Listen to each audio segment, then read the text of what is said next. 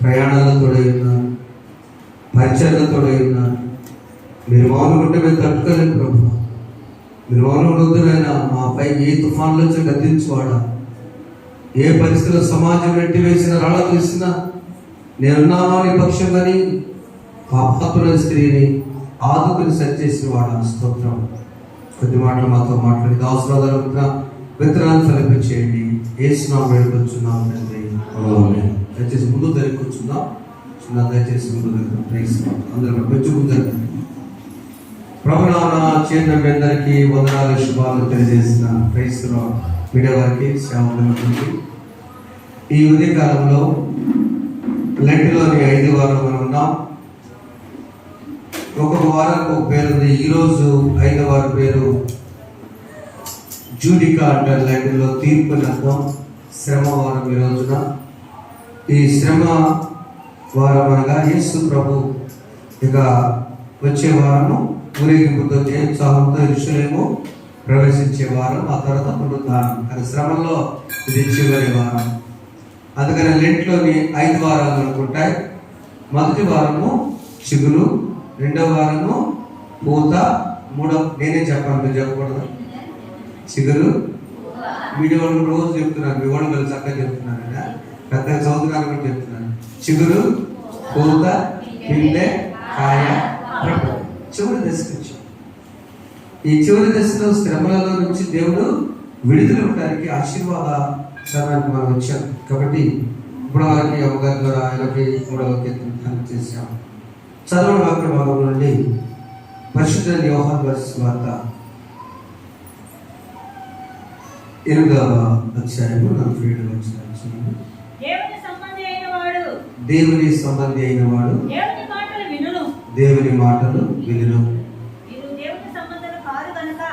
దేవుని సంబంధులు కారు కనుక అంతే. 37వ వచనంలో మీరు అబ్రహాము సంతానం నాకు తెలియదు, అయినను మీలో నా వాక్యం చేయలేదు కనుక. యూదులకు యేసు ప్రభువుకు మధ్య వచ్చిన సంభాషణ జాగ్రత్తగా వినండి. యూదులకు యేసు అంటే ఇష్టం లేదు. దేవుని అంటే నమ్ముతాం. ఈయన వడ్రంగ వారి కుమారుడు, ఈయన మామూలు వ్యక్తి, మామూలు కనపడ్డాడు. ఈయన ఇన్ని మాటలు మాట్లాడుతాడేంటి, ఈయనకి దయ్యమే పట్టిందా అని అంటూ ఉన్నారు.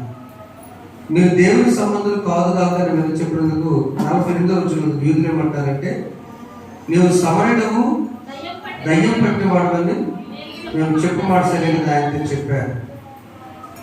ఎందుకు మీరు నన్ను అవమానపరుస్తారు? యేసు ప్రభు ఈ లోకానికి రక్షకుగా వస్తే వాళ్ళనే మాట ఏంటి? దయ్యం పట్టాడు. ఆ 49వ యేసు నేను దయ్యం పట్టేవాడు కాను, నా తండ్రిని గనపరచువాడు, మీరు నన్ను అవమానపరచారు. అసలు యేసు ఎవరు? ఈరోజు మన విషయం ఏంటంటే, ఉదయకాలంలో ఒక అంశం చెప్పాను. We are belongs to Christ. మనము దేవుని సంబంధులము, దేవునికి సంబంధించిన వారము, దేవుని బంధువులము, యేసు ప్రభు బంధువులం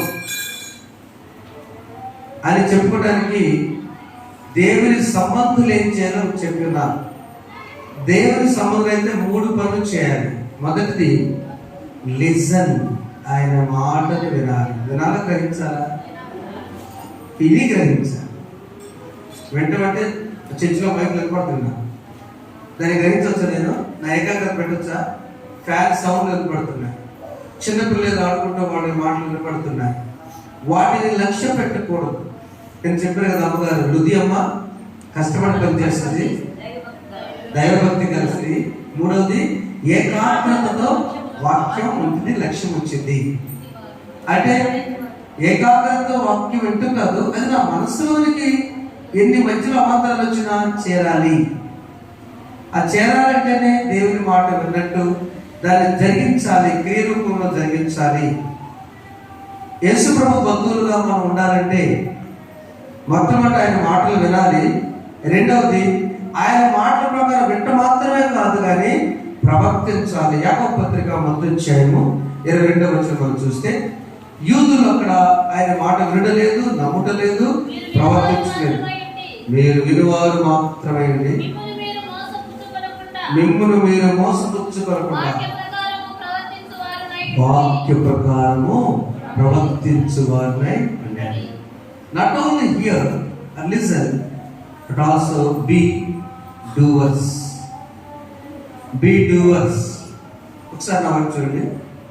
ఈ కొత్తగా నన్ను స్కూల్లోకి వచ్చే గిడియన్ మినిస్టర్ కదా, తెలుసు కదా, స్కూల్లోకి వస్తారు కదా, కొత్తగా న్యూ టెస్ట్మెంట్ వాళ్ళతో గిడియన్స్ అంటారు. ఉద్యోగాలు చేసుకుంటూ, పనులు చేసుకుంటూ, వ్యాపారాలు చేసుకుంటూ అందరం పాస్టర్ కాలేం కాబట్టి దానిలో సాయంత్రానికి వారానికి ఒకసారి వెళ్ళి స్కూళ్ళలో కానీ అలా పంచుతారు. అది ఎందుకు వచ్చిందంటే, ఒక ఆయన హోటల్లో చనిపోదాం అనుకున్న ఆయన, పెద్ద హోటల్స్, మా హోటల్ కాదు, 5 స్టార్ హోటల్ దాంట్లో ఆ రాత్రి చనిపోదాం అనుకొని ఇక అక్కడే ఆ నిద్ర మాత్రం మిగిలి చనిపోదాం అనుకున్న ఆయన అలా సొరుగు లాగానే బైబిల్ ఉందంట. గిడియన్స్ బైబిల్ ప్రతి హోటల్లో పెడతారు, స్కూల్ కూడా ఇస్తారు, చర్చిలో పంచుతారు. ఆ ఇచ్చినప్పుడు చదువుగానే ఆ దేవుడు ఇచ్చిన వాక్యం ఏంటంటే, ఐ లవ్ యూ, నేను నిన్ను ప్రేమిస్తున్నా, మరలా నేను నిన్ను క్షమించి వేశాను. నాకు అమ్మగా చెప్పండి, పాపంలో చెప్పాడు కదా. ఏంటి మాటలు? I love you and I forgive you. ఏంటి మాటలు అనుకున్నప్పుడు ఆయన చనిపోవడానికి ఆగాడు. ఎవరన్నా మాటలు లేదు. నేను కుటుంబంలో నా పరిస్థితిని బట్టి కుటుంబానికి వ్యతిరేకమయ్యే సమాజానికి పెద్ద ధనవంతుడు చనిపోవడానికి డిసైడ్ అయ్యి కోట్లు సూట్లు అన్నట్లు వేసుకున్నప్పుడు ఈ వాక్యం ఆయన బ్రతికించింది. ఆయన వెళ్ళి ఇప్పుడు పెట్టి కానివ్వట్లేదు దేశంలో, దేశంలో పంచడానికి వెళ్ళలేదు, ఇప్పుడు ఆగిపోయింది మన దేశంలో. ఆయన వెళ్ళి అన్ని పాఠశాలకి, అన్ని హోటల్స్కి ఎంత ఖర్చు అయిందో నేను ఇస్తానని చెప్తే, మీరు కూడా కాస్త మేము కూడా పంపిస్తామని గిడియన్ పరిచర్య అమ్మగారు మేము కూడా చేస్తున్నాం. తప్పకుండా ఒకసారి ప్రైజ్ లార్డ్. దానికి 2013లో నేను జైపూర్ రాజస్థాన్ వెళ్ళినప్పుడు అక్కడ రాశాను ఈ వాక్యం. పెద్ద హాల్ అది, 2000 మంది కూర్చున్నాం. Be doers. నాకు యాక్చువల్గా అర్థం కాదు, ఆ వాక్యం అర్థం కాదు. ఇంగ్లీష్ వచ్చినా బైబిల్లో అర్థం కాదు. బీ డూవర్స్ తెలుగు బైబిల్ తీసుకెళ్ళాను, నేను ఇంగ్లీష్ తీసుకెళ్ళా. అప్పుడు నా సేవలో బైబిల్లో ఉన్నంత జ్ఞానం లేదు. బీ డూవర్స్ ఏంటని చూసినప్పుడు ఆ వచ్చిన చెప్తూనే ఉన్నాడు. ప్రియమైన వాళ్ళారా, వాక్యం వినటం కాదు, యేసు ప్రభు మనం బంధువు అవ్వాలంటే వాక్యం వినటం కాదు, విను మాత్రమైన వారు కాక వాక్యం వారు ప్రవర్తించాలి. మాటలు కాదు, చేతల్లో కనిపించాలి. వాక్యం 4 దినాలు బలపరిచింది. ఈ రోజున యూదులు యేసు ప్రభువుని ఏమన్నారు? దయ్యం పట్టిన ఆయన అంటున్నారు. చనిపోయి నన్ను కనుక తెలుసుకుంటే ఎనడగా చనిపోవడం చెప్తూ ఉన్నారు. చూడండి, 2 కింది బాబు అదే యోహాను సువార్తలో, ఇక్కడ నా మాట కైకొనెడల ఎన్నడూ మరణం పొందని వీళ్ళు మాట్లాడుతున్నారు. యూదులు వాదం జరుగుతుంది అక్కడ. నా మాట కనుక వింటే చనిపోడు అంటే కింద అర్థం ఏంటంటే, మూల భాషలో మరణము చూడడు అని అర్థం. భౌతిక మరణం కాదు, రెండవ మరణం చూడటం. మనం దేని గురించి ప్రయత్నాడుతున్నాం? నా వైపు చూడడం ఒకసారి. దేని గురించి ప్రయత్నాడుతున్నాం? నమ్మిన వారిని కాదనవనియు నెమ్మది నొసగెడి నా ప్రభుడవని నమ్మితి నీవా నమ్ములను నమ్మితి నీవా నమ్ములను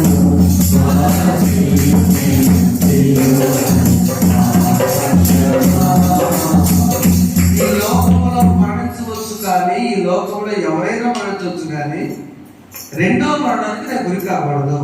యేసు ప్రభు చెప్తున్న మాట ఏంటంటే, నన్ను నమ్మితే, నా మాట వింటే మరణం పొందలేయంటే. అబ్రహాము ప్రవక్త చనిపోయారు, నువ్వు ఆయనకంటే ముందే ఉన్నవాడను. మీ తండ్రి అబ్రహాము నా దినం చూసిన మిగులా ఆనందించేదను. వాళ్ళు అంటున్నారు, నీకు 50 సంవత్సరాలు వాడుగా, అంతే కదండి, నీకు 57 వచ్చింది, అందుకు ఇప్పుడు నీకు ఇంకను 50 సంవత్సరాలు నీకు లేవే. అందుకు అబ్రహాము కుటుంబంలోకే నేను యోగాన్ని చెప్తున్నాను. ఇందాక అమ్మగారు చెప్పినప్పుడు పాపం చేసిన ఆమెకు రాళ్ళు వేశారు, ఇక్కడ యేసు ప్రభు కూడా రాళ్ళు పట్టుకున్నాను. చూడండి 59 వచ్చింది. కాబట్టి ఆయన మీద ఒక రాళ్ళు ఎత్తిరి కానీ యేసు దాగి దేవుడు రాళ్ళు ఎత్తేసరికి మేఘము వచ్చి వాళ్ళు కళ్ళు కప్పేసారు. చప్పబడదాం ఒకసారి. దేవుడి స్తోత్రం. పాత నిబంధన యేసుప్రభు దాక్కులా రాసి రాళ్ళు ఎప్పుడైతే పట్టుకున్నారో తండ్రి దేవుడు ఊరుకుంటాడా? మీరేమన్నా ఊరుకుంటారు, అంతే కదా. నేను మీరేమన్నా ఊరుకుంటాను. పాస్టర్ గారు తిట్టినా ఊరుకుంటాను, మా అమ్మగారు తిట్టినా ఊరుకుంటాను. షడ్యూల్ తిట్టి నేను చేసి ఎదుర్కొంటాను. ఎంత పాస్టర్ గారినైనా ప్రాజెక్టే మాట్లాడు, అంతే కదా. అయినా నేను వాళ్ళు కంట్రోల్ చేస్తూనే ఉంటాను. తండ్రి అయిన దేవుడు తన కుమారుని లోకానికి పరిగమాల మనుషులు ఏదైనా వరంలో దూరం అయిపోతే వాళ్ళ కోసం ప్రాణకట్టడం పంపిస్తే వీళ్ళు యూదులు ఏం చేశారండి, రాళ్ళు కట్టుకొని పట్టడానికి సిద్ధపడ్డారు. అప్పుడు ఒక మేఘం వచ్చి వాడు కళ్ళు మొత్తం కనపడడం ఊరాగా వేస్తున్నాడు. ప్రభు అక్కడ నిలిచాడు. యేసు ప్రభు బంధువులు నిలిచిపెడితే మొట్టమొదటి ఆయన మాట వినాలి, రెండవది ప్రవర్తించాలి, మూడవది ఏం చేయాలంటే ప్రవర్తించగలదు, చెడుని విసర్జించాలి. చెడుని విసర్జించినప్పుడే అప్పుడు నిజమైన మేము దేవుని వాక్యం విన్నాం. ప్రవర్తన ఒక సందర్భాన్ని జ్ఞాపకం చేస్తా. జక్కయ్య యేసు ప్రభు గురించి విన్నాడా లేదా? విన్నాడు. వినకపోతే విని ఏం చేసిన లూకాసు వార్త 18వ అధ్యాయంలో విని ఆయన యేసు ఎవరో అని చూడకూడదు కానీ తన స్థితి పొట్టివాడైనందున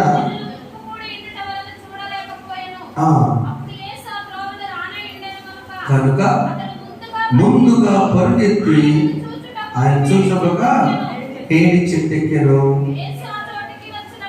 ఆయన ఎన్ని పనులు చేసినా యేసు ప్రభు హృదయంలో ఎప్పుడు పడింది, తన మనసులో పేరు ఎప్పుడు రిజిస్టర్ అయింది. ఇక్కడ జాగ్రత్తగా వచ్చింది. జక్కయ్యకి ప్రభుకి ఎప్పుడు పరిచయం లేదు. జక్కయ్య యేసుని గురించి విన్నాడు. ఏం విన్నాడు? నాకు చూడరా, ఎన్నో 100 సార్లు విన్నా కూడా ఈ వాక్యం. యేసు గురించి ఏమిన్నాడంటే ఎవరి దగ్గర లేని ప్రశాంతత యేసు ప్రభు దగ్గర ఉంది. మీకు కూడా అంతే. మన ఇంట్లో ఫ్యాన్ ఉంటే, మన ఇంట్లో లైట్లు ఉంటే అక్కడ నిద్ర పట్టదు. ఎక్కడ పట్టదు నిద్ర? అదేందో నమ్మ మరి అర్థంగా సీక్రెట్. దేవాలయంలో ఎంత ప్రశాంతంగా ఉంటుందో ఎందుకు చెప్పండి. ఏ సమస్య గురించి ఆలోచించాం, ఈ అయ్యగారు ఎప్పుడో ముగిస్తాడా, లేకపోతే బొట్టు తెచ్చిపోతే ఒక వారం వచ్చింది. ఈ రెండు చిన్న చిన్న సమస్యలు తప్ప దేని గురించి మనం ఆలోచించాం.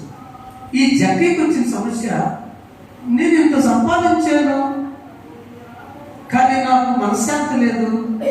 యేసుని అందించిన భద్రతకి మనశ్శాంతి ఉందని యేసు గురించి విన్నాడు.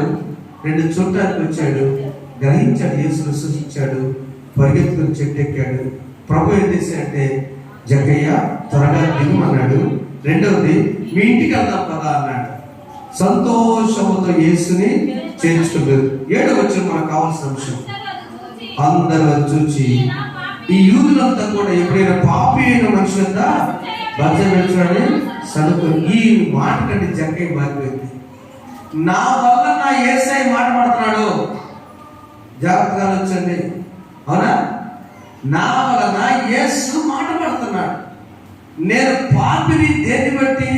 ఈ రకంగా 4 డబ్బులు తీసుకోబట్టి, సుఖం వసూలు చేయబట్టే కదా నిన్ను మాట్లాడుతున్నారు. నా వలన యేసయ్యకి జాగ్రత్త గమనించండి. మన వలన యేసుకు మాట్లాడకూడదు. మన బంధువు ఆయన, అవునా? మన బంధువు. ఆయన మాట వినాలి, ప్రవర్తించాలి, కూడా చెడు విసర్జించాలి అన్నప్పుడు ఆయన మన బంధువు అయినప్పుడు ఆయన మాట్లాడచ్చా? మనకి ఇంత బంధుత్వం తెలిస్తేనే మనం చాలా చెప్పుకుంటాం. నేనే చెబుతా, నక్కోళ్ళు మమ్మల్ని అడుగుతున్నాడంటే ఎమ్మెల్యే గారికి బంధువులు, అంతే కదా. ఘనంగా చెప్తాం. చేతాతము సుచరిత గారంటే మా బంధువులు అని చెప్తున్నాడు. ఘనంగా మంచిది. మరి యేసు ప్రభు బంధుత్వం ఉంటే ఎంత చెప్పుకుంటున్నాను? యేసయ్య వీరు దేవుడి సంబంధులు కాదు, నా బంధువులు, నాకు సంబంధించిన వారైతే నా మాట పెట్టారు, అలా ప్రవర్తిస్తారు, చెడు విసర్జిస్తారు. జక్కయ్య ఎప్పుడైతే చదువుకున్నారో వెంటనే ప్రభువు మాట అనగానే వెంటనే ప్రభువా, ఇదిగో ప్రభువా. అసలు ఆయన వచ్చింది ఎందుకు? యేసు ప్రభు జగన్ గడపడానికి, సంతోషించడానికి. ఈయన అంటాడు, ఇదిగో ప్రభువా నా ఆశీర్వాదం. ఎందుకు తెలుసా? వీళ్ళందరూ నన్ను బట్టి నిన్ను ఈయన బాపే ఇంటికి వెళ్ళారంటున్నారు. ఒక్క మాట అక్కడ ఆపుదాం. దేవాలయంలో ప్రార్థన చేసే సహోదరి సహోదరుడు, వాక్యం చెప్పేటువంటి కాపరి లేక స్వార్థికుడు, లేకపోతే మొరపెట్టే సహోదరి లేక ఎవరస్తులు, మన వలన యేసయ్యకి మాట వస్తే ఆ రోజునే మనము భక్తులుగా దూరం అయిపోయినట్లే. నేను ఒక మాట అనలేను. ఇక తప్పేరు కుమారుడు ఇంట్లో నుంచి వెళ్ళినప్పుడు, మనం తిరిగి వచ్చినప్పుడు పెద్ద ఆయన ఒక మాట అంటే, ఏది నాన్న వీడికి ఎంత చేస్తాం, నాకేం చేయాలంటే, ఈయన కుమారుడు చనిపోయి మరలా నా నుంచి దూరం అయితే చచ్చిపోయినట్టే. ఇంటికి వచ్చిన యేసయ్యని సంతోషపరచడం అంటే ఆయనకి ఇచ్చేది కాదు. అక్కడ ఆయనకు నీ వల్ల మచ్చ రాకూడదు. చెప్పండి ఒకసారి. యేసుని నమ్ముకున్నావు, యేసు మాలేసుకున్నావు, ఉపవాసం ఉంటున్నావు, ప్రార్థన చేస్తున్నావు, దీక్షలో ఉన్నావు, తిరిగి మళ్ళా 41వ రోజున వస్తే ఈయన పాపుల ఇంటికి వెళ్తున్నాడని ఈయన కూడా బాధపడ్డాడు. పాపి అయిన మనిషిని ఆయన పరిశుద్ధంగా చేయడానికి, నశించిన దాని మీదకి ఏం చేశాడు జగన్కి తెలుసు. ఉన్న సగాన్ని మెదడుకి ఇచ్చేసాడు, సగాన్ని ఎవరైనా తెలుసుకున్న వాళ్ళకి 4 రెట్లు ఇచ్చాడు. ఇప్పుడు చెప్తాం, యేసు బంధువు అయితే ఏం చేయాలి? ఆయన మాట వినాలి. రెండవది ప్రవర్తించాలి కదా, చేతలో చూపించాలి. మూడవది చెడుని విసర్జించి ఆయన బిడ్డగా మరల్చుకున్నప్పుడే నిజమైన బంధువు. రెండవది యేసు ఎవరంటే, యేసు ఈ లోకానికి మధ్యవర్తిగా వచ్చాడు. మొట్టమొదటి రిలేషన్. ఈ రోజున ఆర్ఎంపి అనే డాక్టర్ మీకు గుర్తుంటాడని చెప్తున్నా. నెంబర్ 1, యేసుతో ఈ శ్రమ వలన రిలేషన్ కట్టుకో. Let us build the relation with Jesus. యేసుతో మన బంధాన్ని పెంచుకుందాం. మరండి ఎవరితో? యేసయ్యతో. ఏమా బాప్తిస్మం బిడ్డలారా, యేసయ్యతో మనము బంధాన్ని పెంచుకోవాలి. అంటే ఆయన దగ్గర అవ్వాలి. రెండవది, యేసయ్య ఒక మధ్యవర్తిగా ఉన్నాడు. చూడండి, పాత నిబంధన గ్రంథంలో చెప్పిన మాటలు హెబ్రీ పత్రిక కూడా చెప్పడం జరిగింది. అపోస్తలుల పనులు హెబ్రీ రాసిన పత్రిక 15 వచ్చిన 9 అని చెప్పి 15 వచ్చిన ఈ హేతు చేత మొదటి నిబంధన కాలంలో జరిగిన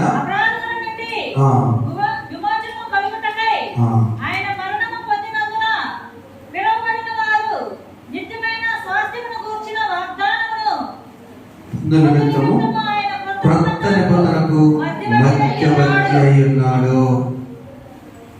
మొదటి వచనం కూడా 9వ అధ్యాయం. మొదటి నిబంధనకైతే సేవా నియములను ఈలోక సంబంధమైన పరిశుద్ధ స్థలం. మొదటి నిబంధనలో నేను మీ దేవులను, మీరు నా ప్రజలు అంతే. నేను మీ దేవులను, మీరు నా ప్రజలు. ఆ మొదటి నిబంధనలో ఒక గుడారం ఉండేది. ఒక్కసారి నాకు చూడండి. దేవుని ప్రేమ ఇదిగో జనులార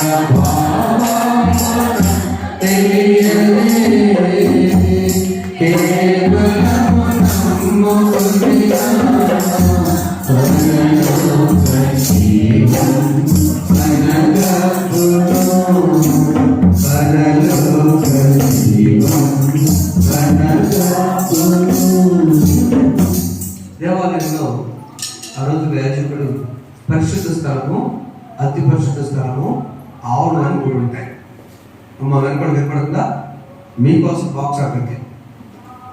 ఇది ఆవరణము, పరిశుద్ధ స్థలము, ఇది అతి పరిశుద్ధ స్థలము. ఇక్కడికి ఎప్పుడు వెళ్ళదు, సంవత్సరానికి ఒకసారి వెళ్తారు. అక్కడ ఆ ఆవరణంలో 3వ వచనం ఉంటుంది. 2వ వచనం ఏదనగా మొదటి గుడారం వైపు ఏర్పడిన అందులో దీపస్తంభము, బల్లలు, దాని మీద రొట్టెలు, దాని పేరు పరిశుద్ధ స్థలం. అంతవరకు ఉంటుంది. దీపస్తంభం, బల్ల, అక్కడ ధ్యానం చేసుకుని యాజకుడు వెళ్తారు. రెండవది చాలా ప్రాముఖ్యమైనది. ఇక్కడ సువర్ణ దుపాత్యు బంగారు రేగులు తాపు నిబంధన మనసులను, ఆ మనసు మన్నా గల పాత్ర, చిగురించిన అహరోను కర్ర, నిబంధన పలకలు ఉంటాయి. చూడండి ఒకసారి, సంవత్సరానికి ఒకసారి యాజకుడు ఇక్కడికి వస్తాడు ప్రతిష్ట.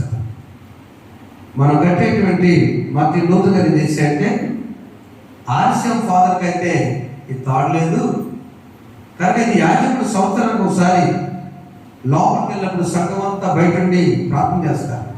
ఈ గంటల కాళ్ళ కట్టుకొని తలుపులు వేసి యాజకుడు సంవత్సరం లోపల పెట్టినప్పుడు బయట పండుగ చేసి రెడీ ఉంటారు.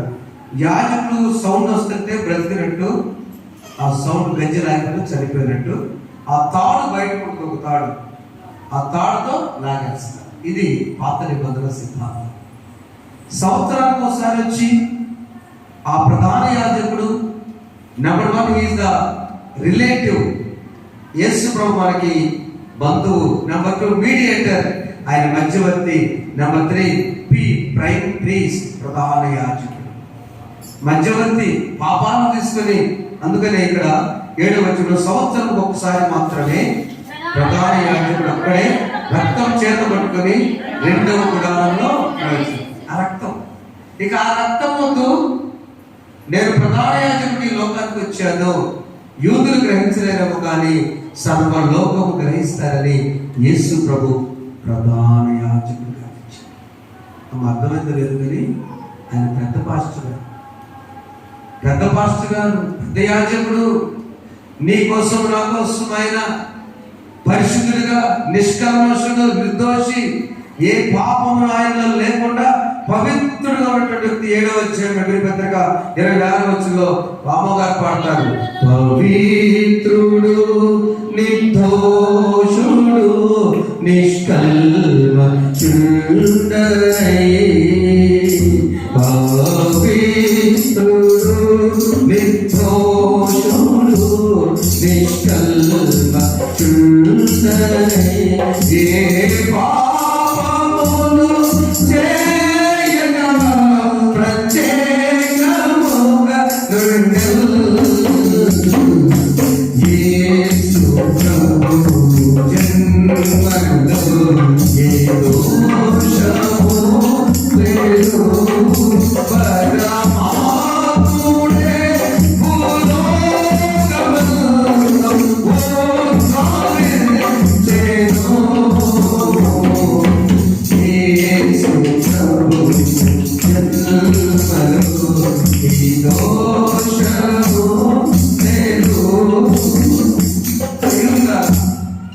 ఆయన ఎవరు అనుకున్నారు? దయపట్టే పిచ్చాడు. ఆయన ఎవరు? చదువు 7 పవిత్రుడు, నిర్దోషి, నిష్కల్మషుడు, పాపులు చేరక ప్రత్యేకించి, అంతే, అంతటి ప్రధాన యాజకుడు. దినాన ఆయన గొప్ప ప్రధాన యాజకుడు, నిరంతరుడి ప్రధాన యాజకుడు. ఆయన షాలేము రాజు, ప్రతి ఇంటింటి పాపాలను పవిత్ర చేయగల సామర్థ్యం. షాలేము రాజు మన కుటుంబాన్ని వెలిగించడానికి వచ్చిన షాలేము రాజు. నీవు నేను ఈ దినాన్ని ఎలా ఉన్నావు? ఆయన ఎవరు? యేసు. ఆది యందు వాక్యమునను, వాక్యమున ఆది. రెండవది ఎవరుకున్నాడా? మీకాలో పురాతన కాలం నుంచి శాశ్వతంగా ఉన్నాడు కదా, కొత్తగా వచ్చాడా? ఎవరు యేసు అంటే అయ్యో ఆయన మొదటి వాడును కడపడివాడు. ఇలాంటి యేసుని దయపడుతుంది. యూదులు కాకుండా జక్కయ్య వలె మనం తెలుసు విందాం, ప్రవర్తిద్దాం, చెడు విడిచిపెడదాం, ఆయన విడిగా ఉంది. అందుకని మనస్సాక్షి బాప్తిస్మం. చాలా మంది బాప్తిస్తానికి సిద్ధపడుతున్నారు. ఇక్కడ కూడా నిర్ధారణ కూడా సిద్ధపడుతున్నారు, అక్కడ నిర్ధారణకు వస్తున్నారు. ఏ బాప్తిస్మం ముఖ్యం? తెలిసి తెలియని వయసులో చిన్నప్పుడు ఇచ్చారు అని అనుకుంటున్నారా? కరెక్ట్. ఆ పెద్ద అయిన తర్వాత నిర్ధారణ తీసుకొని నేను ప్రభు పెట్టుకుంటాను ప్రభు, ఆమె ఒక చిన్నప్పుడు ఇవ్వకపోతే ఇదిగో నా సహోదరులు తీసుకున్నారు, వెళ్ళి బాప్తిస్మం పొందాం, నేను క్రమంగా ముందుకెళ్తానయ్యా. అన్నిటికంటే ముఖ్యమైన బాప్తిస్మం అంటే మనస్సాక్షిని బాప్తిస్మం. మనస్సాక్షిని శుద్ధి చేయడం. 14 చదువు ముగించుకుందాం. నిత్యుడకు ఆత్మ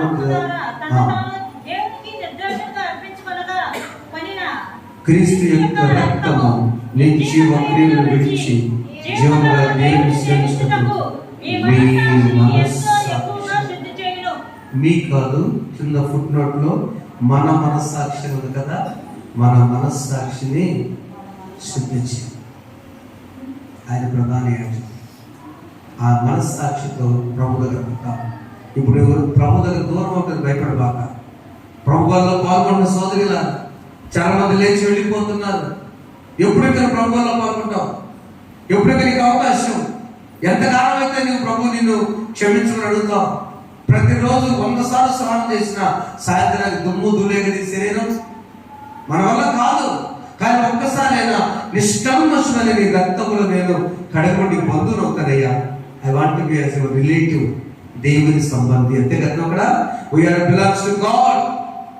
యేసు ప్రభు తాలూకా, ఆ తాలూకు ఈ తాలూకు కాదు.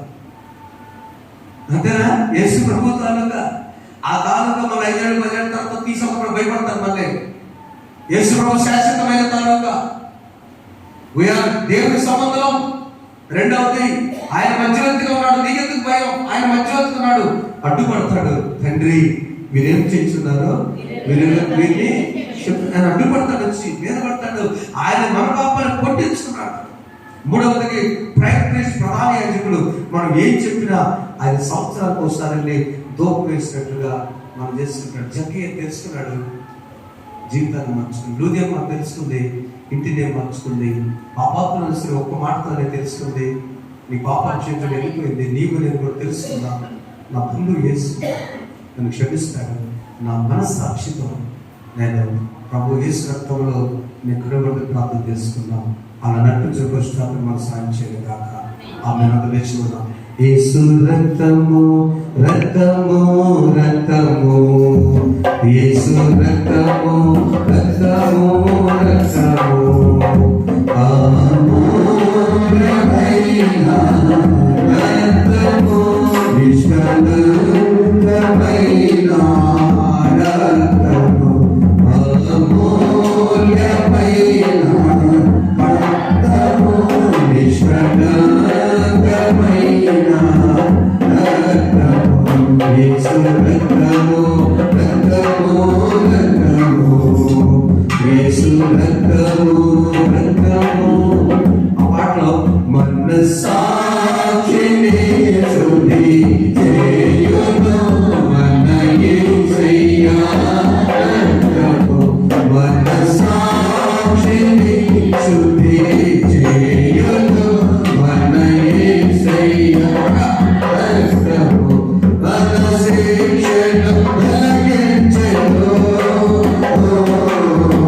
సంహారమునే తప్పించెను, మన శిక్షను తొలగించెను,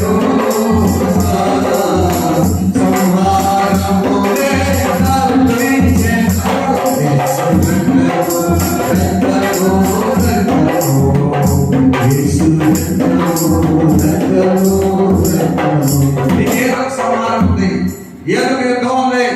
అది కష్టమో నష్టమో వ్యాధో బాధో రుణములో వివాహంలో నీ పొలమో నష్టం ఏదో ఒకటి